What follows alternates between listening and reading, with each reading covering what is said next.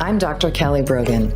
You may know me as a New York Times bestselling author of a book with an exploding pill on the cover, renegade psychiatrist, pole dancer, or honorary member of the Disinformation Dozen. What can I say? I'm a born provocateur.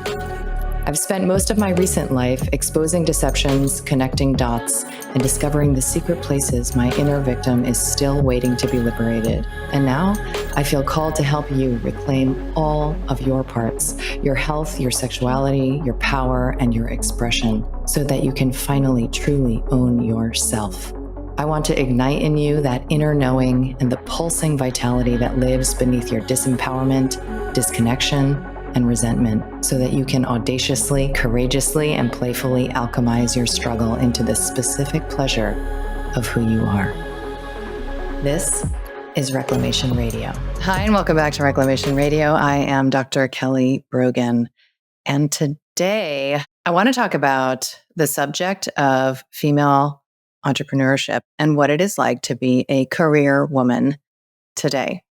And arguably, I could have let this cook a bit more. However, I have been having this conversation with so many friends and colleagues that it feels like something is rippling forth. And I just want to put a couple things in your pipe and see if you want to smoke it. So I have observed and experienced that there is an epidemic of women in varying states of vigilance about money, about productivity, and about success. Often, these are women who are married with partners and they are still holding all of this energy. And of course, it can be women like myself who are single with children playing both roles. But I don't know a single female entrepreneur who is living an easeful, set it and forget it life with her business. I am probably the greatest expression of that I know, because I have typically less than 4 scheduled hours a week, and I can do whatever I want with the rest of my life. And my business has been very successful by any metric since its inception for many years. And I transitioned from a brick and mortar private practice to a fully virtual business. And so I've, played in different arenas as a, published author, et cetera. So I've tried on many different flavors of entrepreneurship. And I have come closer than most women that I know to balancing the work-life equation. And I look around, and here's the thing. Even though I only work a few hours a week, and it is definitely doing things that I love to do. I wake up thinking about my business. I go to sleep thinking about my business.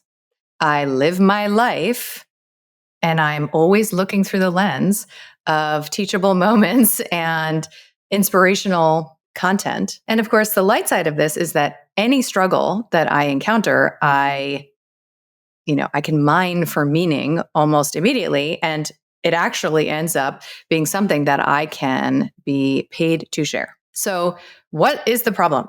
The problem is that there is a gaslight that I am waking up to.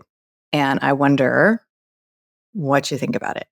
The gaslight is that I can have it all as a wife, as a mother, and as a businesswoman, that there's no need to choose between them, because now you can have all of the identities you want. And my tale from the trenches is that this is not true, that this is actually a myth. And when I poll the women around me, do you actually feel like you are a present mother while you're also running your business? And this could be you literally are doing nothing that day related to work. You're with your kids. But is your energy actually with your kids? Or is a good percentage, like maybe even 53%, in your business realm? And what about dynamics with your partner, with your husband? Is there actually a balance there where you are oriented towards your role as wife and also your role as founder or CEO. I know some women, some female entrepreneurs in the women's empowerment space who are, a couple of decades ahead of me, actually. Like you could call them elders, let's say. And when I speak to them, I consider their lived experience a harbinger. I do not want what they have going on, where I get to the end of my life, even if I have, not that they're at the end of their lives, but you know what I mean? Even if I have a increasingly and robustly successful business and I can enjoy inspiring and catalyzing transformation in so many women, which I do, but I am in this dynamic with my business where I never actually get to exhale. And I somehow die in a castle alone, kind of a thing. Is that worth it? So there is a pain point that I have identified we come to as a career woman and specifically entrepreneurs. So I am really devoting this solo cast to all of my girl boss entrepreneurs, all of my small business owners, my founders, my CEOs, especially, but not only if you are a mother and a wife. There is a pain point that I predict you will come to where things are going well and maybe even better than before, better than ever. But you start to taste the reality that it's never going to be enough, that there is like a hungry ghost energy in your business. And you might start to recognize if you have been and played the codependent in toxic, dysfunctional romantic relationships, you might recognize some of the signature energies where you're either towards the public that you're facing or towards your business herself, always trying to get love, right? Like you're just settling for crumbs of fulfillment and you're dancing as fast as you can, trying to figure out all the ways that you can possibly feel fulfilled and securely attached. And what I have come to see is that most of the women I know, myself included, are in dysfunctional codependent relationships with their business.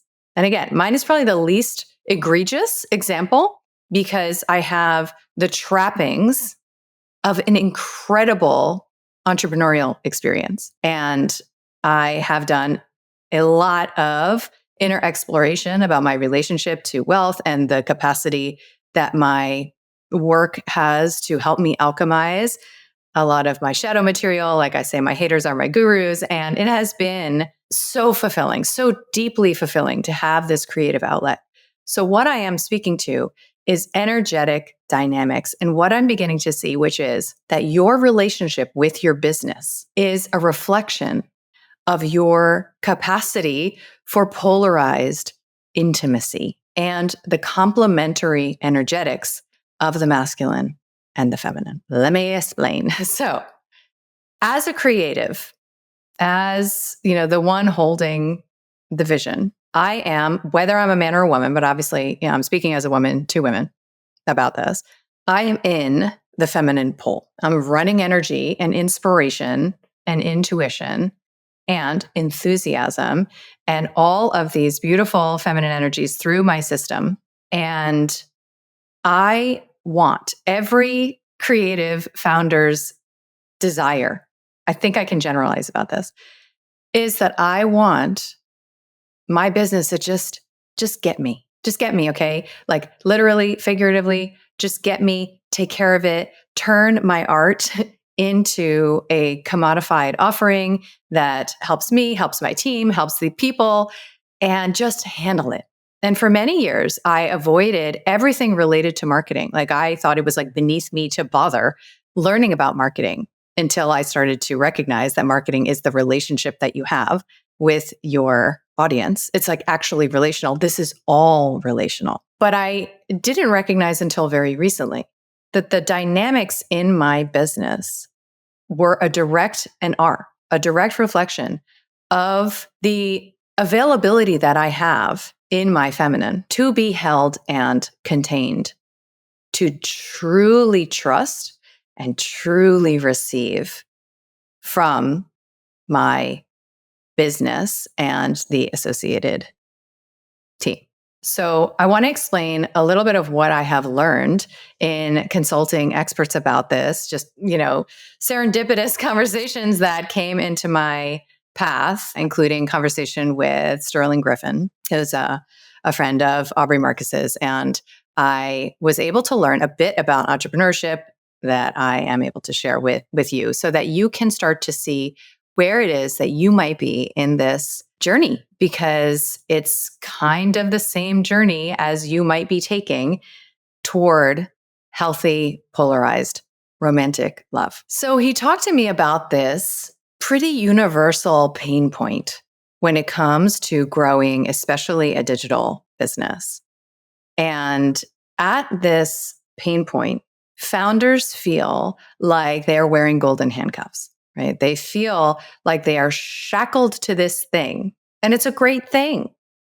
But there is an energetic, consumption that is happening that actually makes you a slave. And I would say, especially if you are a public-facing content creator, that there are no boundaries, that there is this sense that you're actually working all the time, even when you're not working all the time, that you kind of need to be available to your team no matter what.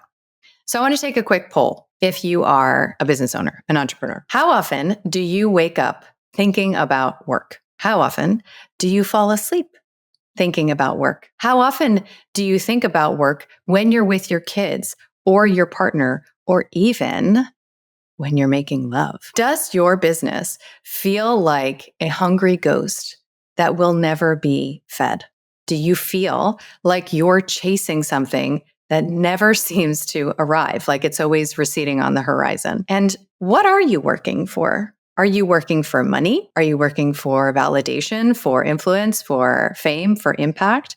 Are you working for creative expression?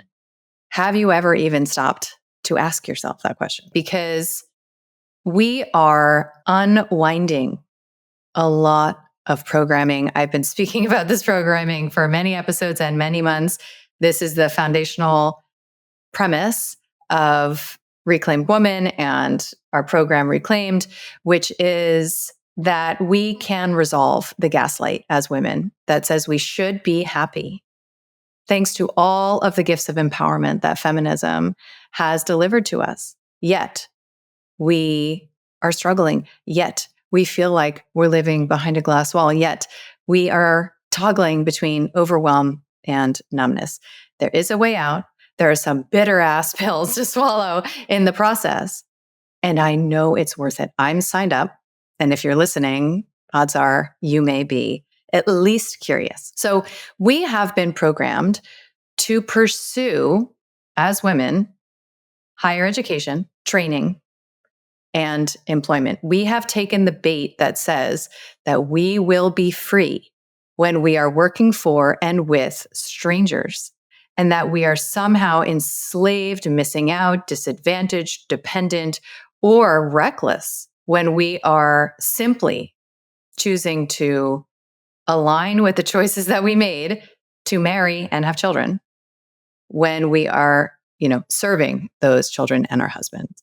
So, as I've mentioned, when we imagine that we can be both career women and also wives and mothers, that we can show up to all of these roles no problem, we gaslight ourselves and we never get to truly enjoy what it is to be a woman, to align with our feminine essence, to take full responsibility for our societal role as steward of this species and channeler of Eros. And we never truly get to enjoy what it is to exhale, to be contained, provided for, and protected. So I interview my friend Alyssa on this podcast, and she is a perfect example of the kinds of choices, the kinds of leaps that we can make as women to align fully, to get all our parts on board with the decisions that we have already made. And I'll explain what I mean by that in a little bit. But let me tell you about a little story that Alyssa told me. So Alyssa quit her job as a venture capitalist. She is a PhD scientific researcher. She is arguably the most competent woman I have ever met, and that is saying something. She is a girl boss to beat all girl bosses. And she decided to quit her job after she had 2 home births and to raise her children, and ignited in her man a capacity to solve the problem of providership that seemed to be presented by the loss of her income. Okay, so she's telling me the story about how she was with her daughter and her daughter was riding her bike and she's outside with her. And she's like, Kelly, I had nothing scheduled. I had nobody waiting for me. I had nothing else to do except to be with her while she was riding her bike.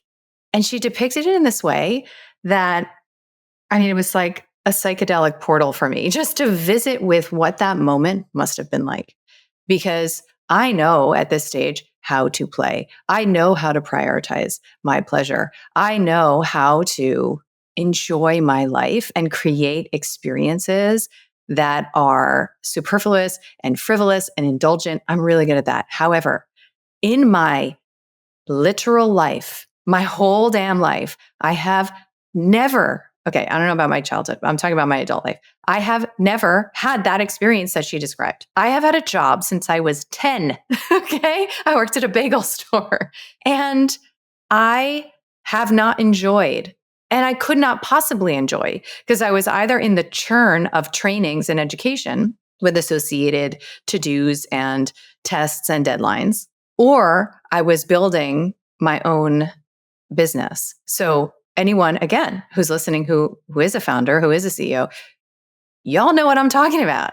That you're not, as a mom, out watching your kid ride a bike, fully present and enjoying that experience. She also talks about what money that comes through her husband's providership feels like and how different it is than the money that she used to earn. So I am in a special position to be able to look back as, a pedigreed clinician, a New York Times bestseller. I have, this very successful virtual business, and I have achieved all that feminism promised. And fantastic. It has shaped me. My life would not be this way if it wasn't supposed to be this way. In all of the ways, I say yes to everything. And I am here to tell you that the pot of gold that we were promised at the end of the rainbow, it ain't here. It's literally not here. And so what do? Well, I think that some orientation around the spiritual opportunity that your business represents in terms of creating the conditions for your business to be a good husband to you, to provide for you, to look out for your interests, to manage things while you just eat grapes and wait for impulse and inspiration, to move through your vessel. That opportunity exists. I want to tell you about what I've learned about how to achieve that. And simultaneously, I want to offer an invitation to consider the possibility that if you are a mother, and even if you are just a wife, that you prioritize those choices. Because being an entrepreneur, in my opinion, is not compatible with being in a polarized romantic dynamic, especially if you are a contributor to the finances of the household. And being an entrepreneur is not compatible with being a truly present mother. Now, I am not saying that you shouldn't pursue your hobbies and that if your hobbies happen to earn you money, great. I'm not saying you should or shouldn't anything.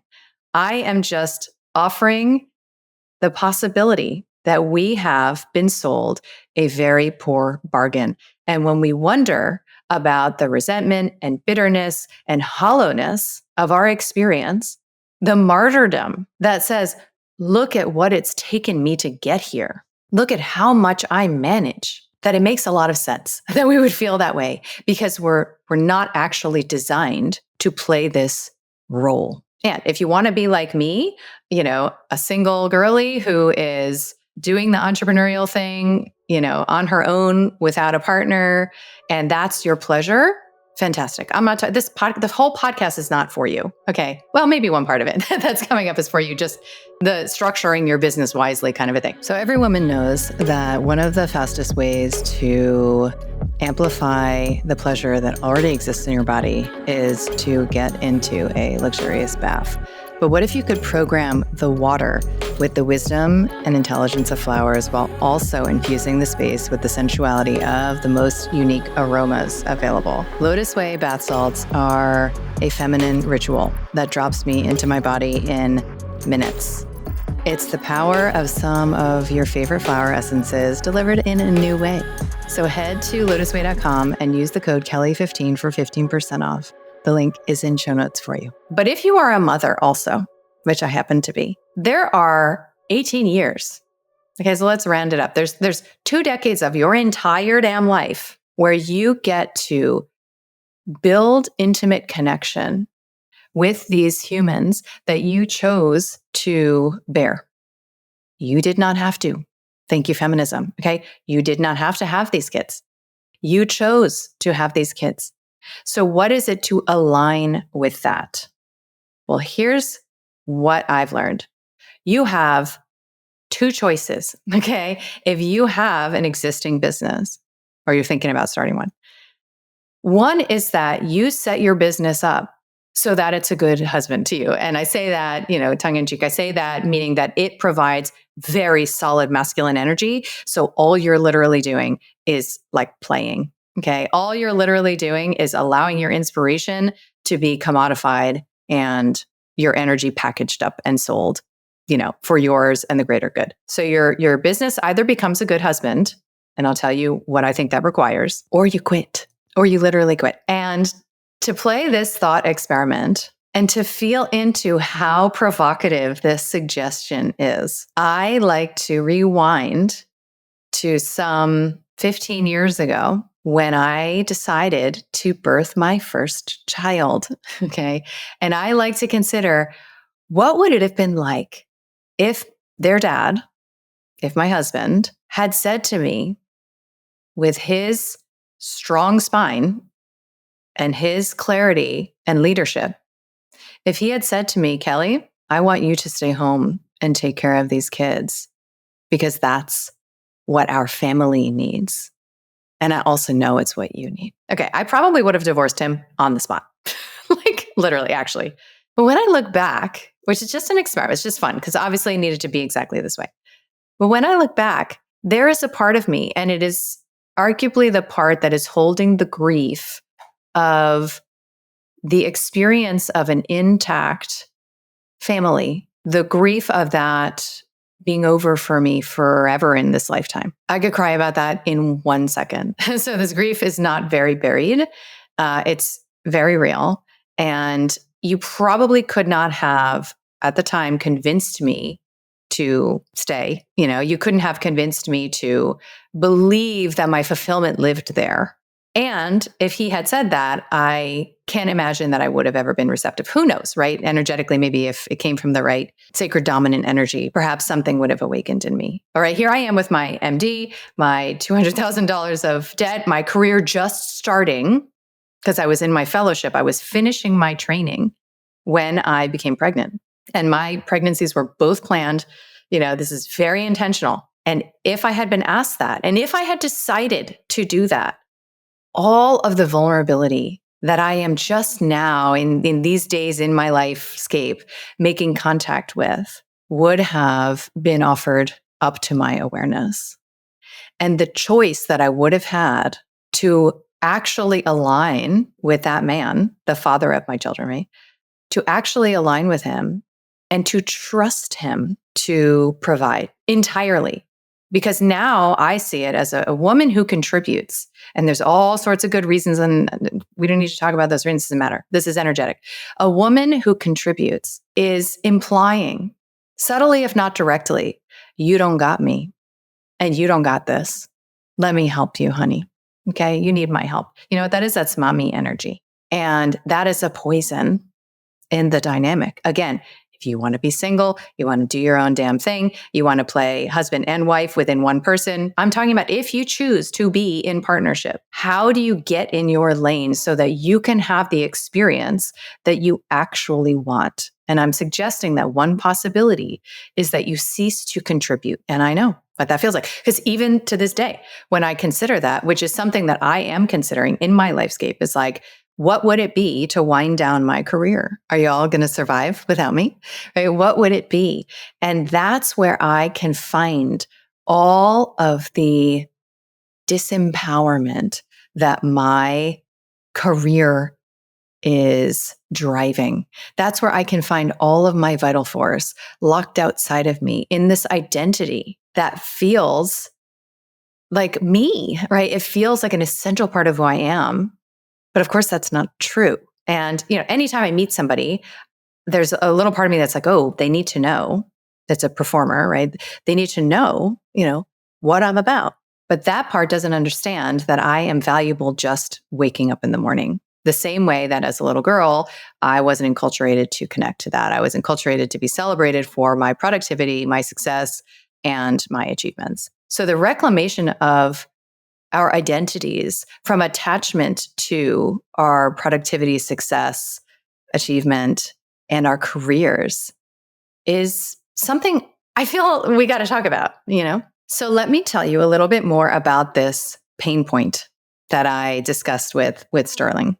So apparently, there are these stages of entrepreneurial development, and I am going to track them to like David Data stages of masculine and feminine development.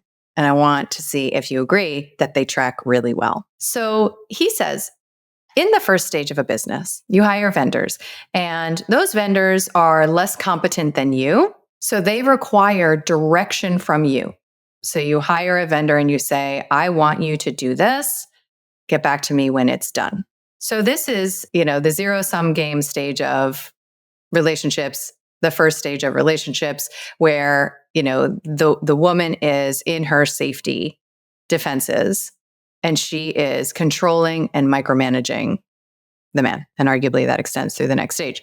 But she's in her masculine shell telling the business, which is holding the masculine energy, what to do. So many of us in our earlier relationships, perhaps in the relationship you're in now, you feel more competent than your man.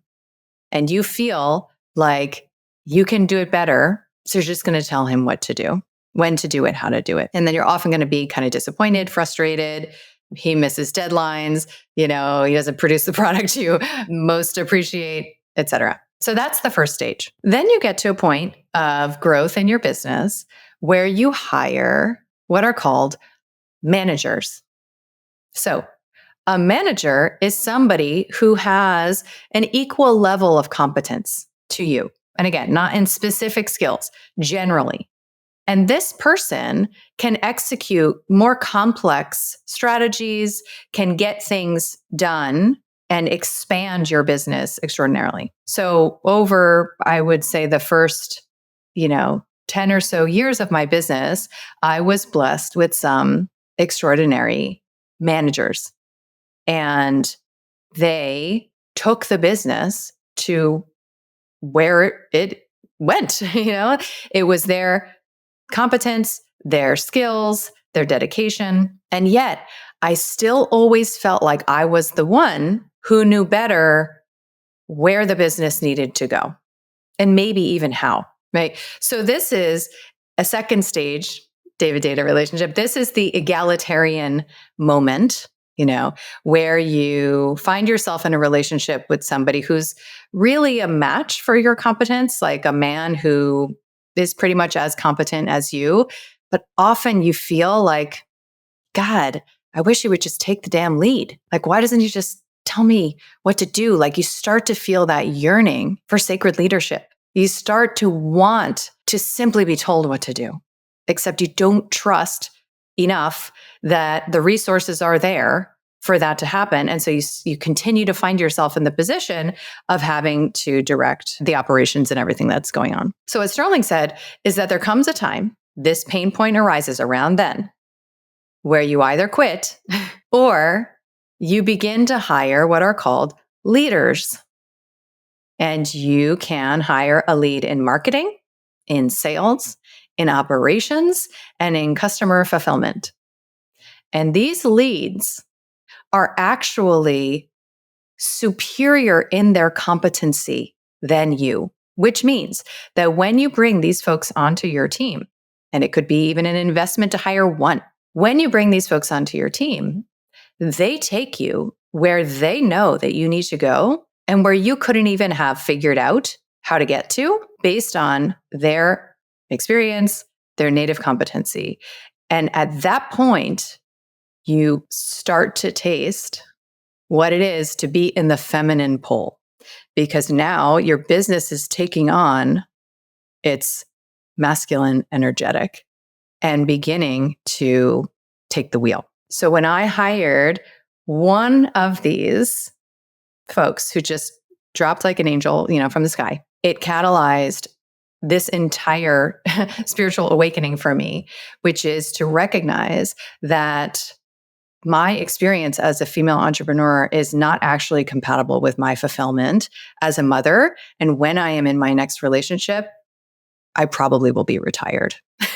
So those are big. And it also, as soon as I started to feel that masculine containment, as soon as I started to feel like, wow, she's got me, I started to see all of my shadow material and all of my suppressed overwhelm and all of the grief even around the ways that I have put my career before my role as a woman, and specifically as a wife and a mother, as somebody who was the breadwinner historically. And the shadow material that was unearthed for me, I wonder if you can relate to any of this, is around my micromanagement and my controlling defenses. So I really fancied myself like an extremely chill CEO. I never thought of myself as a micromanager. Like I didn't know the logins or the passwords or who the hell was doing what. I was like on a need to know basis. And what I was reflected is that it's not micromanagement in the overt way. It's micromanagement in the energetic stranglehold that we have often as women that says, I need to be involved in everything. Okay, that's called not trusting, right? So if I need to be involved in everything versus just allowing things to happen, then every single decision ultimately gets bottlenecked with me, and no one on my team feels empowered to make decisions without me. And this is where the parallels are extraordinary, because if you don't trust your man and you don't treat him as if he is fully trustworthy, you will never see his full potential. In the same way that if I hire somebody and then I'm micromanaging their decision making, which would make sense, right? They don't know what's going on, they're new. But what if I just let them fly, right? Like, what if I just saw what happened if I trusted them entirely? Then I would see what they look like in their full agency. That leap requires a maturation of my nervous system. Okay. As does the capacity to fully receive this level of support. Like there are many days, with this new employee where I was like, why is she doing all of this for me? And of course, I've had that feeling with all of my beloved team members. However, the energetics are igniting in me the mistrust that I've had of the masculine to truly want to serve me without, and of course, I'm like paying this woman, so it doesn't track entirely, but to truly want to serve me simply because that's what he's designed to do. Right. So I don't have to bring any worthiness, any usefulness, any solutions, any nothing to the table. That level of receiving simply for who I am, we can practice this in our businesses. And it can start with the first assistant that you hire. And then when you start to, if you travel this path, when you start to hire amazing managers and leads, these marketing leads, these sales leads, you will likely feel the vulnerability of what it is to be handled and contained in this way. So practicing trust, relaxing the micromanagement reflex, and truly receiving, which requires that there isn't a focus on what's done not quite exactly how you would do it. Right? So if you get a gift and you are focused on the aspects that you don't like about it versus the fact that this gift is coming into your field, you will constrict the flow of your own feminine energy. That appreciation, that enthusiasm, it is the energy that wants to move through your system. So if you can progress, and apparently this is just kind of how it goes, right, in businesses as they scale. And you may want to come on my podcast and teach us all about this. You may know all of this. This was news to me, and it's news to every one of my friends who are female entrepreneurs. So as you travel this path and you move towards the polarity of your business, where you actually are resting in the feminine and you've created the conditions for your team to be that masculine container, you might decide, now I want to sell it. You might decide, now I want to just do this aspect of it, or, I just want to play in here. It's going to become really clear what is enjoyable and what was wound up in this surrogate empowerment, this sense of attachment to an identity that will not deliver you the fulfillment that could possibly come through your own children. And honestly, that could possibly come through your role as wife. So you will begin to experience more choices as you expose all of the shadow material that is driving your attachment to your career as a woman. And I do think that we have an opportunity to align with our choices, right? So thanks to all the waves of feminism, thanks to all the related psyops, I don't need a man. I don't need to get married. I don't need to have children. And I can experience valor and celebration and all sorts of righteous entitlement. Just living that life, living that career woman life. And if I choose to get married, what is the greatest expression of a wife? What does that actually look like?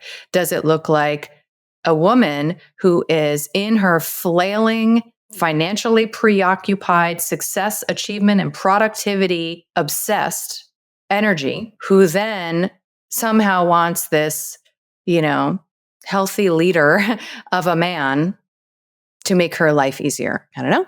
Are those at odds? Perhaps. Data talks actually a lot about shifting out of the work energy for a woman.